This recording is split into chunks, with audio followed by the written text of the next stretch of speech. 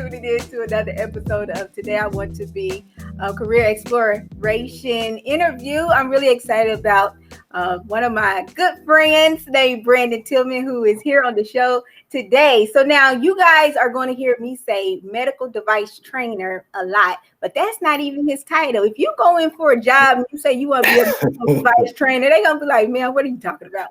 So the name of his job is actually a clinical application specialist. So, but on the show, I'll call it medical device trainer, just so that you all will have a better understanding of what we're talking about and things like that. But I just want to have that clarification.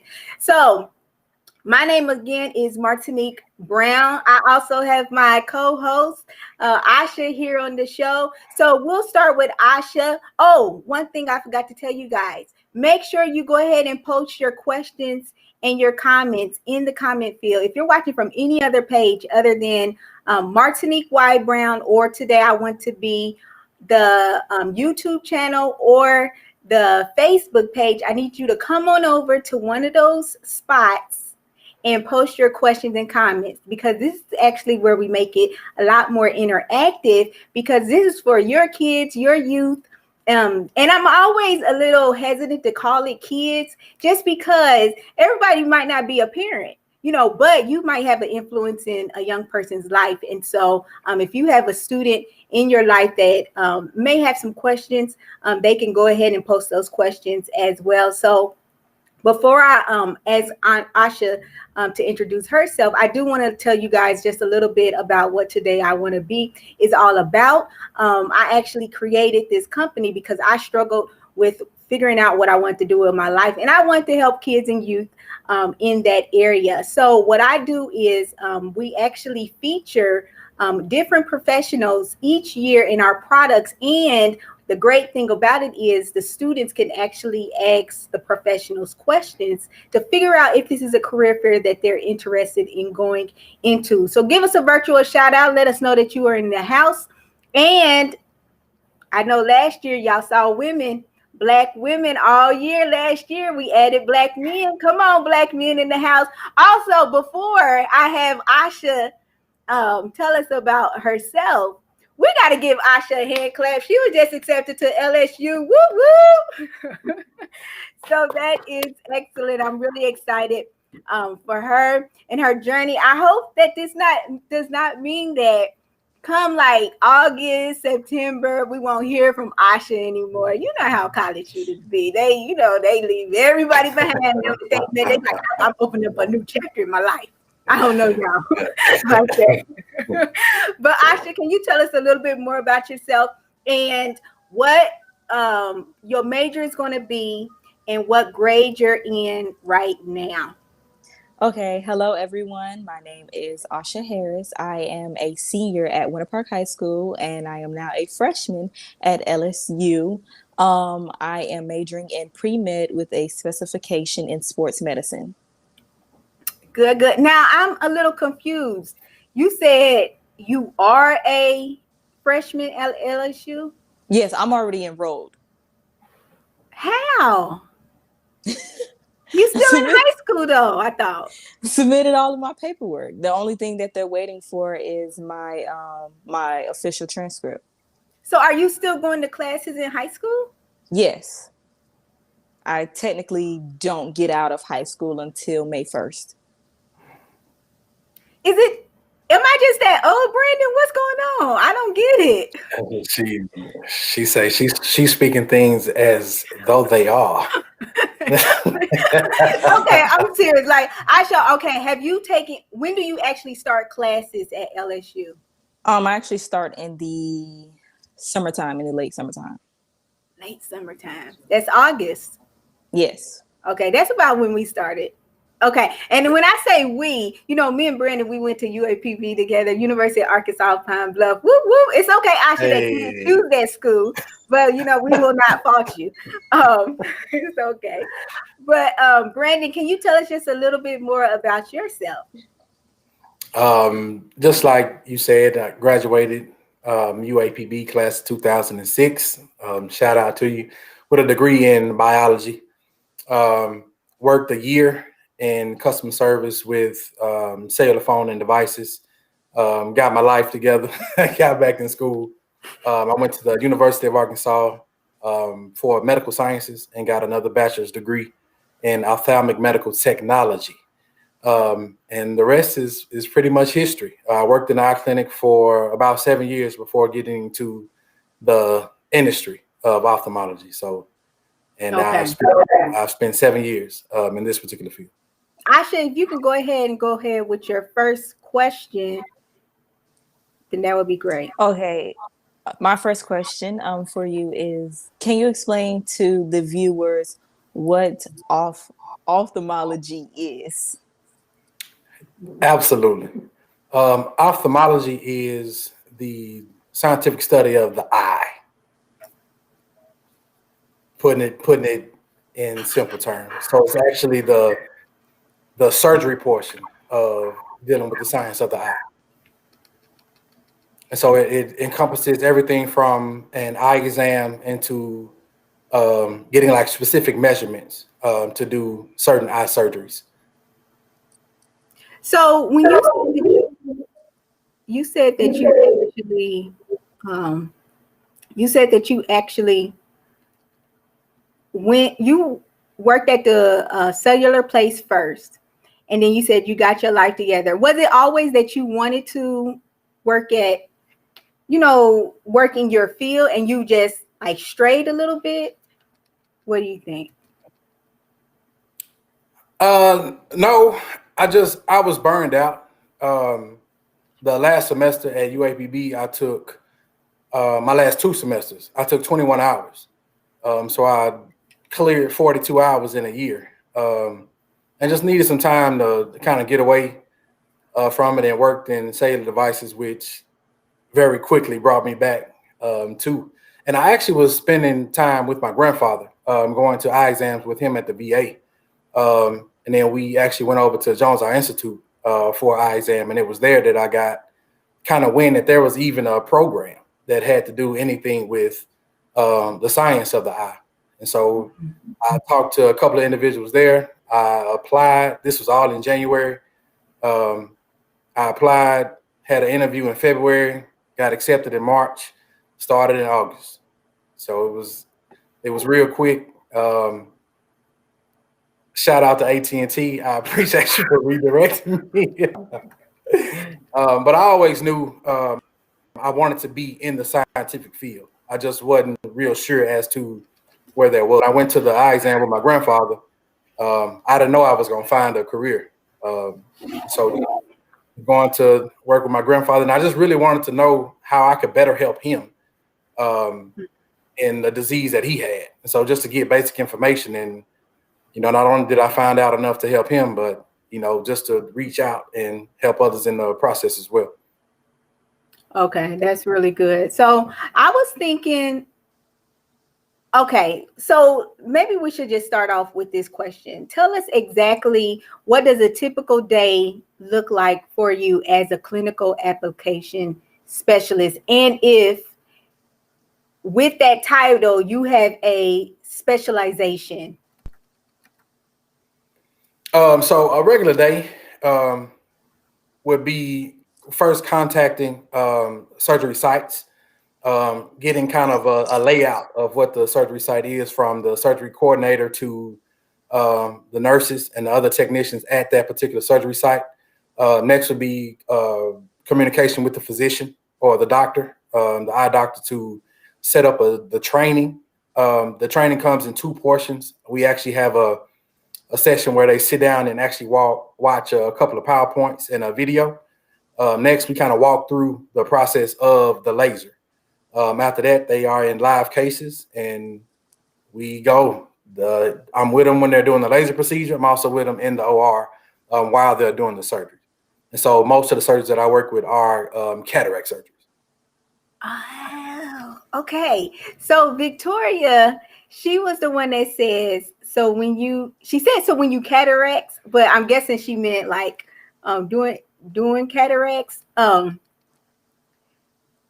was it accurate for me to even call it a medical device trainer? Because I was thinking you just train the medical field, the staff, whoever's going to use these different devices, how to use these devices?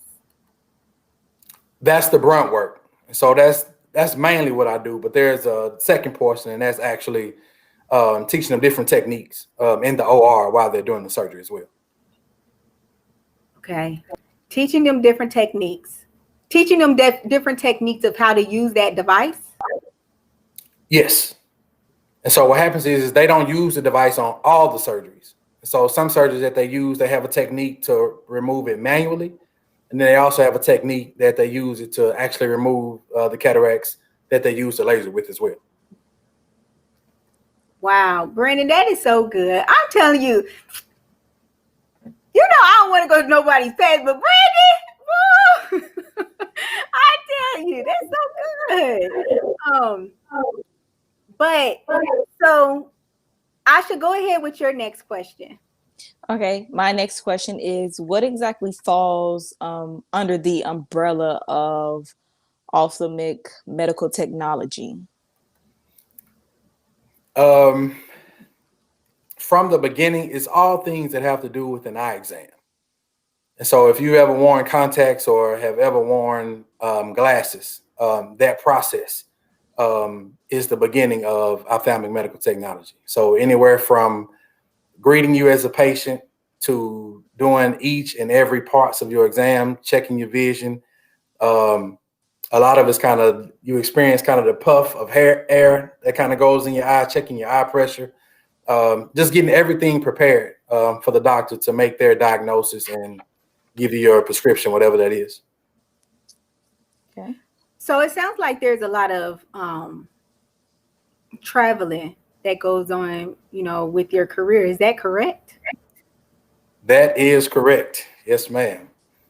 How often would you say that you travel within a month? Per week, I'm gone on average from about Sunday to Thursday. So I would say about 3 to 4 days a week. Wow. And sometimes it's not, is it only in the Oklahoma area, or it can also be nationwide?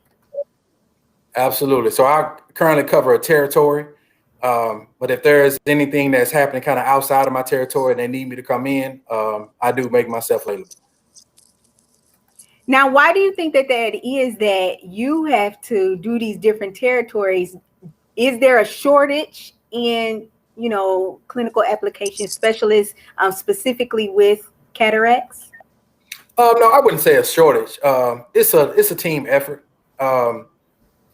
It's about 12 of us that cover the nation, and we just do a great job of working together and communicating. So if there's anything that happens that comes up, say if I have a schedule for next week where I'm going Monday to Thursday, but I get a call from another one of my accounts and necessarily can't make it, I just give one of my teammates a call, and if they're available to come through, they'll come down and work in the territory as well. Okay, I understand. So now, Asha, what's your next question? So reading your background, what made you want to move to Oklahoma from Arkansas? Great question. I've been married going on 11 years to a very, very beautiful woman. Shout out to Morgan Hamilton Tillman. We had 2 kids pretty quickly, back to back. And for a support standpoint, it was best that we surrounded ourselves with support for our family. So my mother-in-law, my father-in-law are both retired. Sister-in-law is close, host of cousins that are all over the place here in Oklahoma City. In Little Rock, family was tight-knit, but we were very, very small.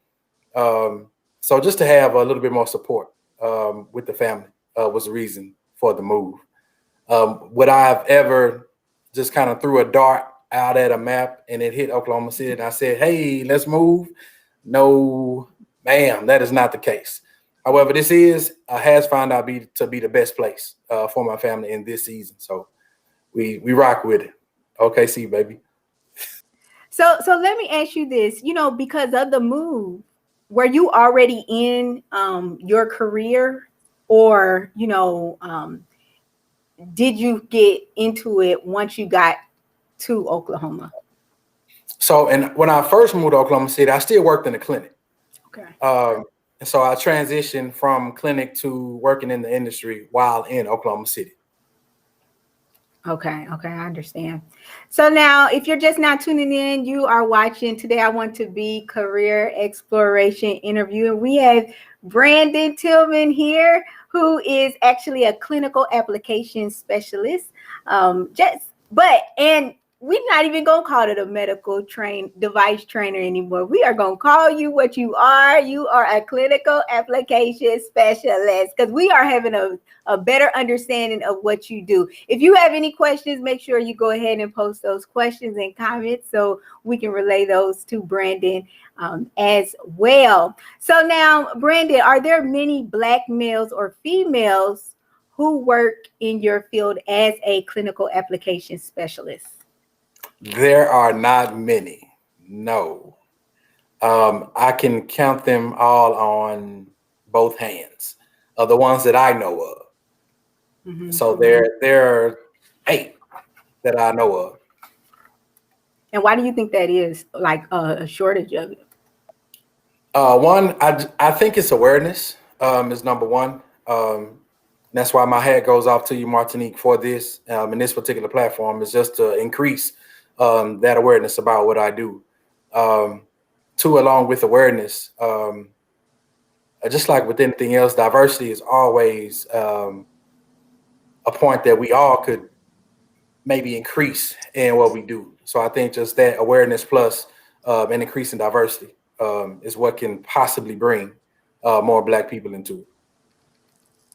Yeah, and you know what? I'm just thinking about like what you were saying as of how you got into it, how you figured out that this was even a career. And it's like, it's so crazy how come we have to sometimes accidentally find out about careers. Not saying, sometimes I just wish that, like me, for example, that I knew about different titles, career titles, so I could have just been better prepared into going into college. You know what I'm saying? Rather than like kind of wasting 8 years of my life and then figuring out what I was going to do. But I do thank God that he can redirect our path.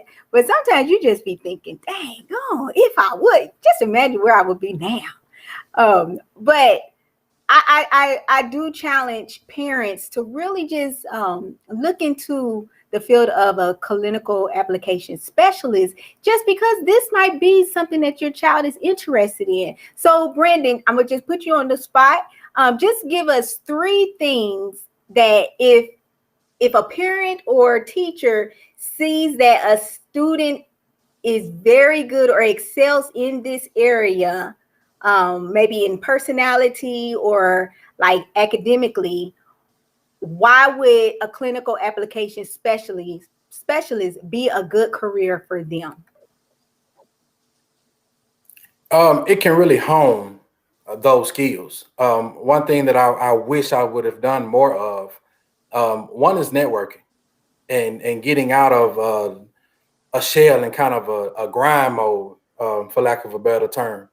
Sometimes you can get into this robotic trance almost, just going day to day and getting your job done and going home, getting your job done and going home.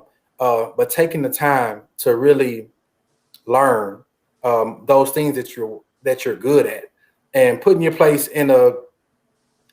in a place where you can really work those things. And for example, I'll say a lot of times coming out of school, we thought that we learned a lot of fun facts. But what I learned in this profession that I wish I would have paid closer attention to was some of those individual skills, like working on particular measurements that we might not have done on a daily basis, but really paying attention to those really intricate things that not a lot of people want to do. Get in there, and get those things done. So I would definitely say, if you know that your child is really talented and gifted in the area, push them in that area. Because what we know about kids is they'll learn whatever we teach them. So if we can get them into a place where we know they're talented and they're gifted, and just kind of give them a slight push and let them work things that are maybe on a level that's maybe a little more difficult, but just give it to them in pieces, but just give them that opportunity to kind of flex those things that they're good at. Yeah, definitely. But what I'm trying to pull out of you is, if, like, for example, my nephew, I told him one day we was playing Monopoly, and I was like, boy, I heard you were good in math, but I didn't know you was this good in math, being able to, calculate things in your head. I was like, man, you should be. Have you ever thought about being an X, Y, and Z? Like, what do you think a parent or teacher could identify as something that would really help that child or student be successful as a clinical application specialist, if they were like talented in science, if they was a good people person? Like, what are your three things you would say? I would say, you mean like, Because I know you said you like science, so mhm. you're saying, like, if a child enjoys science, they will be good for your career? Oh yes, definitely. I would say the top three things would be science, definitely math, um, and like a keen ability to develop relationships. So like a social butterfly, for lack of a better term, somebody that can easily get out and talk to people on different levels. So you can talk to your peers as well as have good conversations with adults as well at a particular time. And I think that is honestly something that I saw in you in college. We didn't take any classes together, but you were just so friendly, and I'm coming from up north, and I'm like, I mean, of course all people from the south are like really friendly, and but I was like, this boy's so cool. He shouldn't even be this cool. But I definitely saw that, in you in college. And I'm making it sound like we went way back to like elementary. But I just felt like you were just always just such a friendly person. And that's why I didn't even hesitate, to ask you to be a part of the product. And I'm so thankful that you said yes. So what are two pros and two cons or challenges that you face as a clinical application specialist? I'll start with the challenges. The challenges are the travel can be a challenge. Having a family, and understanding that I'll be gone 3 or 4 days at a time. In the beginning was tough, and so what I had to learn through those challenges is be more intentional with my time when I'm at home. Get your work done when you're on the road, knucklehead. So once you're at home, I'm at home. Like when I hear the sounds of three little voices and then the sounds of my wife, work escapes my brain. And so I just try my best to be intentional with the travel. Also, traveling, if you're not used to getting out and being around people, different people that you don't know, it may be a stretch for you. And so I would really, if you're thinking about doing something like this, start to inject yourself into spaces that you may not go to on the regular. And so just kind of broaden those horizons and, be more diverse in your social circles. Will be two challenges. Um, One pro, um, I'm gonna keep one pro is the money. The money is good, but it works it works within the challenges. And having a supportive family, and my wife homeschools. She does a great job at it. Um, God just put me in a place where I could take care of them, and the things that I do help that process. And so I love them. I love them. I love them for it. And as long as she is available and ready to do those things, we talk to them. I promise that she'll never have anything to worry about if I have anything to do with it. So another pro, just in the social circles and my social networks, professional networks, they've grown exponentially. There are many disciplines within ophthalmology, from the front to the back of the eye. And I've been able to meet physicians all over the globe, nurses all over the globe, um, surgery technicians all over the globe, and just have those conversations and be in spaces where um, I'm able to meet new people on a regular and on a daily basis. Two pros. Yeah, and that's really good. I'm really glad that you mentioned just expanding your circle when it comes to different ethnicities, because you do work with such intelligent people, in the medical field. How do you maintain your confidence in what you do with working with such a high caliber of people, which is going to be Asha? Asha, did you tell them what you wanted to be when you Yeah, I said it. grow? Okay, I just want to make sure. Such as people like Asha. Um, you know, Shout out to Brenda Tillman. That is my mother, um, as well as my grandmother. Rest her soul. There was never a point in my life where I thought that I was not in the upper echelon when it came to anything academic.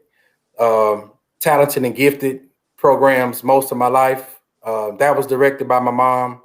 It was never a question. If there was a talented and gifted program or anything, I was somewhere around it, somewhere in it. I was never allowed to think that I was less than from any aspect, whether it was English, whether it was a science, whether I liked the subject, whether I didn't like the subject. I was going to do the work and was going to be good at it, kind of, or else. So it began there. And so just kind of rock with it. And even at UAPB, I mean, I was surrounded by progressive brains in the medical field. Um, Rest his soul, Dr. Orr, saw things in me that I didn't see in myself at the time, and he just pushed me. And the greatness piece was always instilled in those particular sectors. So I'd carry that with me, um, and I never knew I really liked to study in college. It was really a play thing. And I was like, I can do this work and not really study um, until I really met my wife, who she really taught me how to study. She didn't sit down with me per se, but I was able to see kind of the work that they did as social people and as well as academics. So once I started and kind of learned how to, um, studying has always been a part of who I am and what I do. And I just, I thank God for those things that he instilled in me. So, when I come, one thing that, we're trained as clinical application specialists to understand that the doctor knows surgery, you know the machine. And so you kind of play off of those relationships. When they meet the machine for the first time, they haven't trained on the machine for years. They've trained in surgery. So that piece is what I like to present as, kind of a stepping stone in increasing my knowledge, not only about the laser, but also with the surgical processes. Okay, thank you for that. Asha, did you have any more questions? Oh, yes. I actually had two questions. Okay, go ahead with your next question. My next question is, what would you like to see your field of work improve on? Right off the top, I would love for us to improve on diversity. One thing I would love to see is more people that look like us in the field.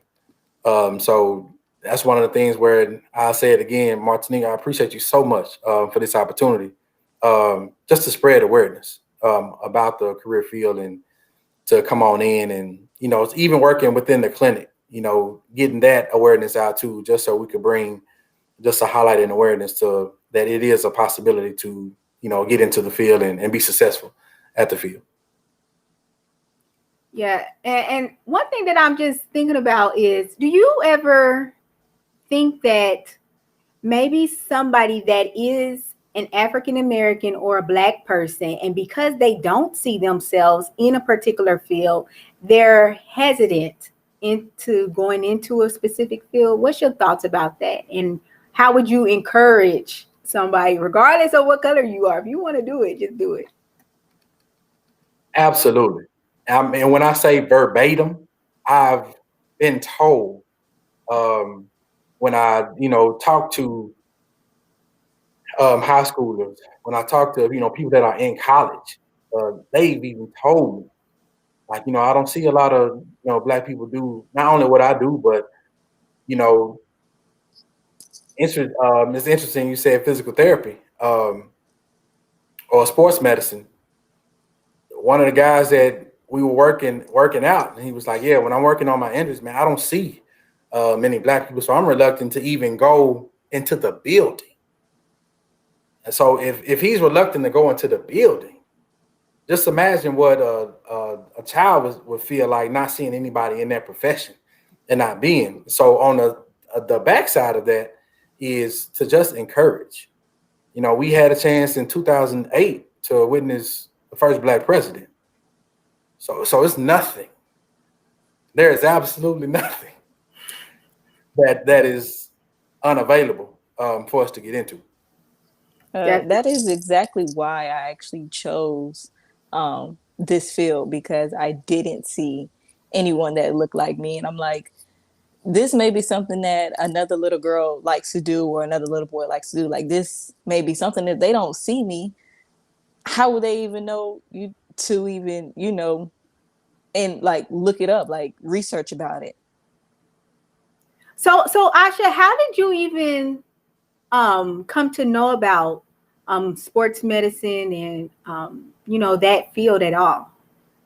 I'm just gonna start by saying I'm a very curious soul. So anything that like catches my attention, I'm going to like look at it.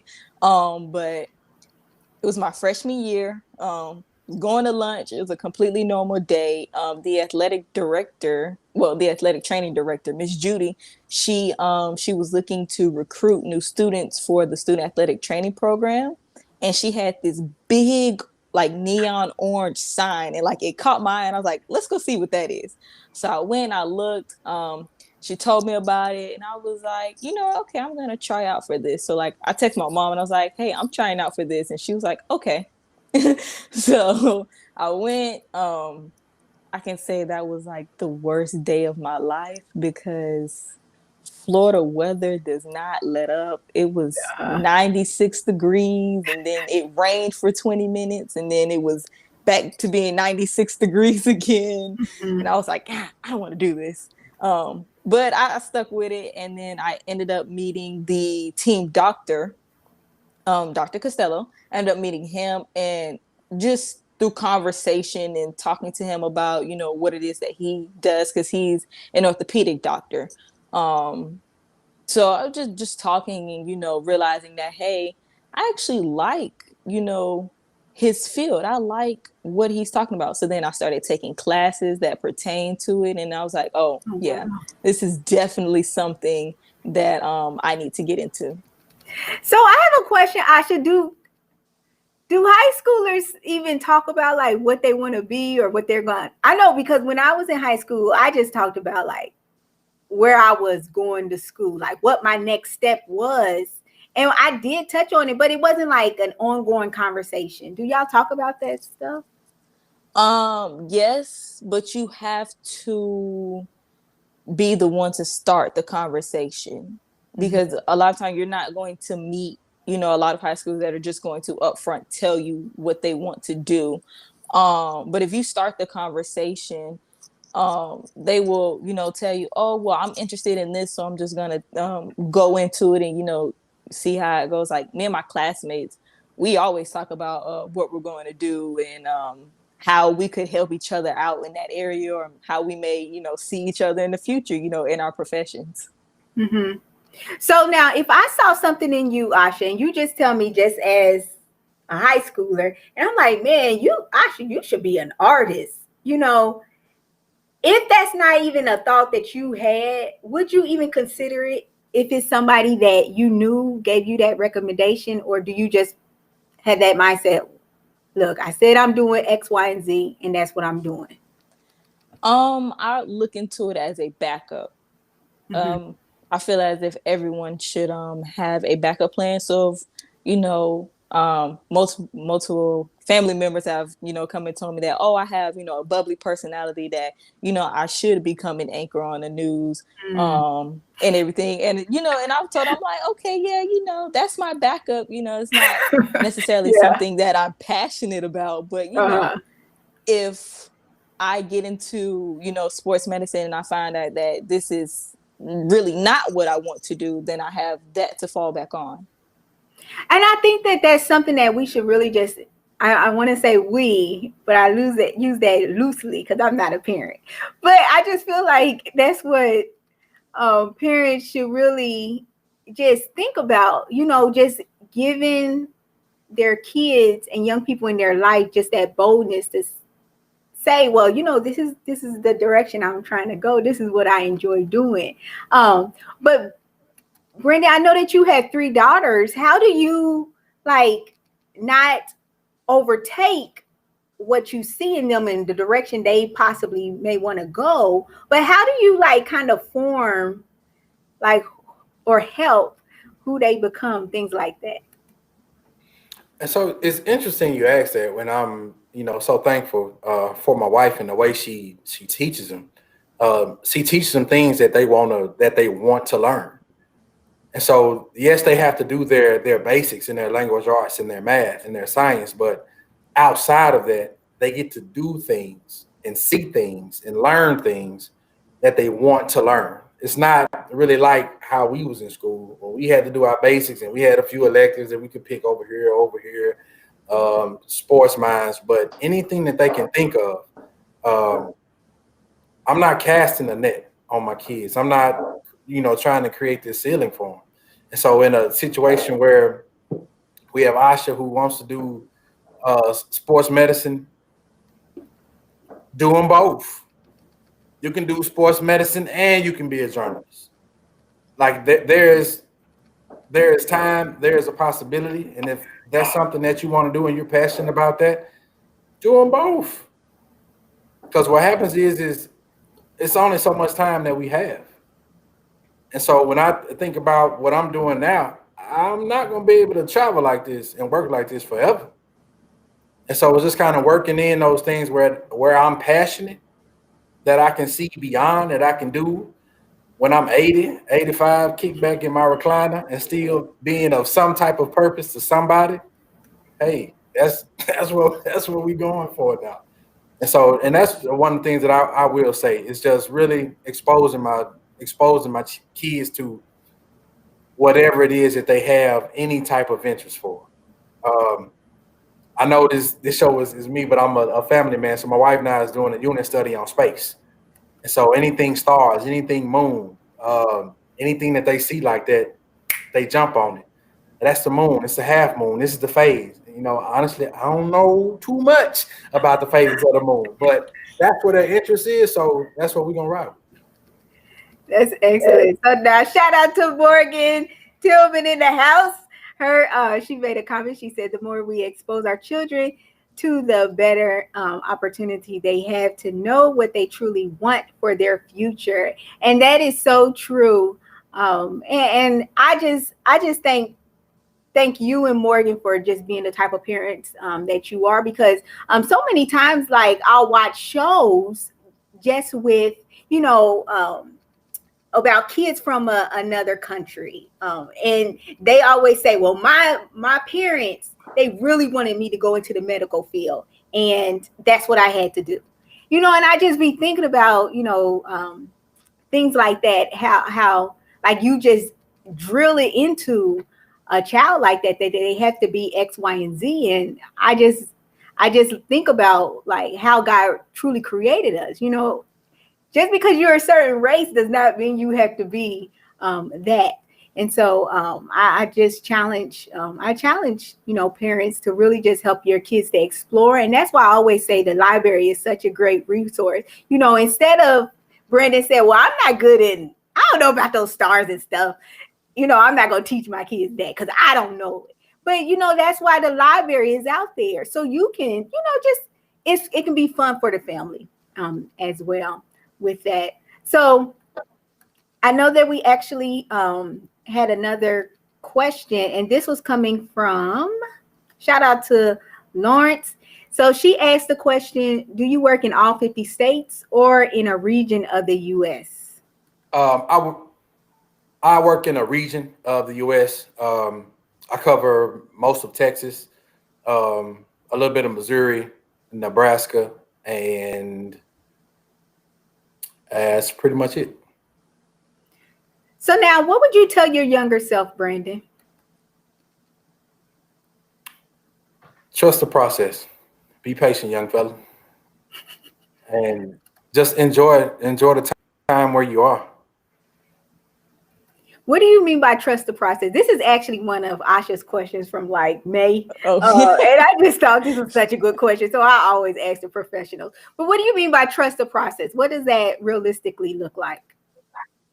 So I'm a big picture thinker, and so what I have the ability to do is really see like complete visions and can work some of those things out.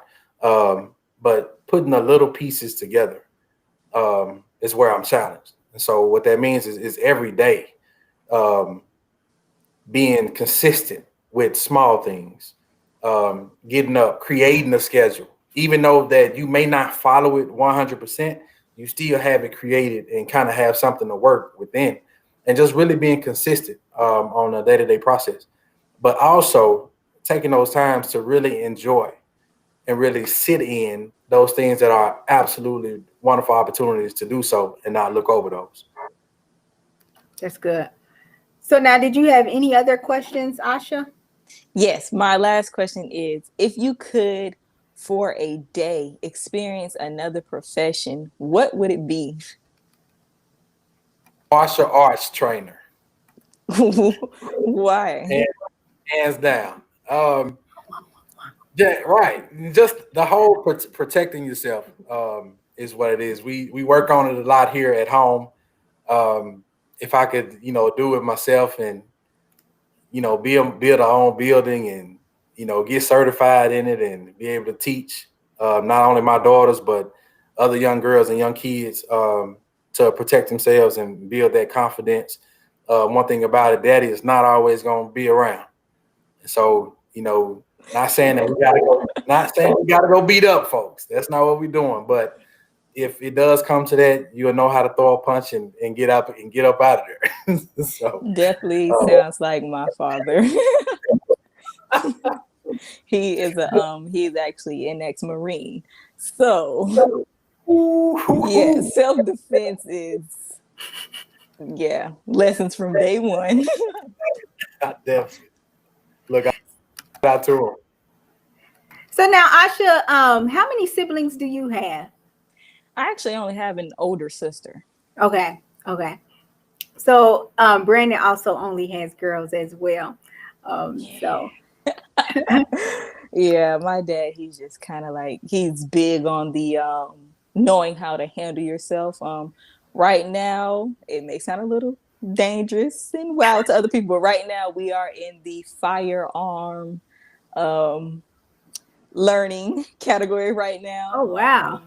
Yeah, I'm actually working on distance shooting. Right now, I can shoot up to 100 yards. I can shoot my target at 100 yards. That's so good.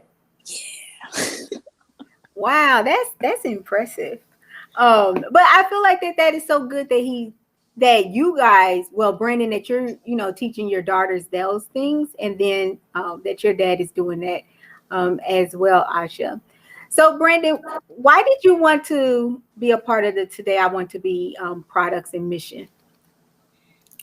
Just off from the beginning, when I read about what you were doing, Martinique, I was just so floored because I haven't heard of anything quite like this in this setting. And so it's just having an opportunity to really show the next generation of leaders, the next generation of productive citizens about avenues that they can get into right now. and then look forward on down the road and get those nuggets from, people who they may not know but are in places where they want to be. A lot of times coming up, it was so hard to get into places and spaces like this. So anytime that I could, give a little bit of advice and, I really learned something from the youth as well. Um, Grab my mind and grab my heart. And so I had to jump down on it. Plus a good friend of mine was doing it and leading in the revolution. So we had to come on and get on down on it. Amen for that. But yeah, that's one of the goals that I really have for the company, really to just showcase those jobs that we don't hear about, because I think just as an adult, especially when you're applying for a job, you're thinking, what in the world do they even do? And so, that's really how it was when I reached out to Brandon. I just never heard of that position before. And so I'm just so thankful that you were willing to be a part of our products, just to show so many more Black boys that, the possibilities are endless. If you want to go into this field, go ahead and do it. Do your research, find out. And even if you're not so great in a skill, it's nothing wrong with training yourself to become better in a field as well. So I definitely want to thank you again, Asha, for being our co-host, our student co-host on the show. Y'all take a good look at Asha, because further down she might not be with us. So I definitely thank your heart. Thank you for your heart, Asha, and just your curiosity. And I just pray that I meet so many more students like you that are curious. And Asha even interviews professionals that's not even in the field that she wants to go in. And I just think that that's great, because the more knowledge you have, you can share it with somebody else that may be interested in going to that field. I know that you guys see right now, if you're interested in just becoming a feature professional, please go ahead and go to that website that you see listed right now. Go right there and fill out that questionnaire for me. For 2022, I will be featuring Hispanic women, Black men, and Black women. That's one of the things that we do. We add a different gender and ethnicity each year as well. Also coming up next week, we will be interviewing our social worker named Simone. So if you are if your child is interested, if they're really compassionate, they have mercy for people, you be thinking like, why are you so nice to that person? They might be a good person to become a social worker, because social workers are just so giving. So if you see that is a characteristic in your child or student, have them interview Simone, and where they can sign up to become a co-host. They can actually do that right here. So go to that website that you see right now, and they can sign up and become a student co-host just like Asha. We thank you guys so much for tuning in to another episode of Today I Want to Be Career Exploration Interview with our clinical application specialist, Brandon Tillman. And, when we see this job, we can say, I know what that person does. There's no question about it. But again, I thank you, Brandon, for being on the show. I thank you also, Asha, for being on the show as well.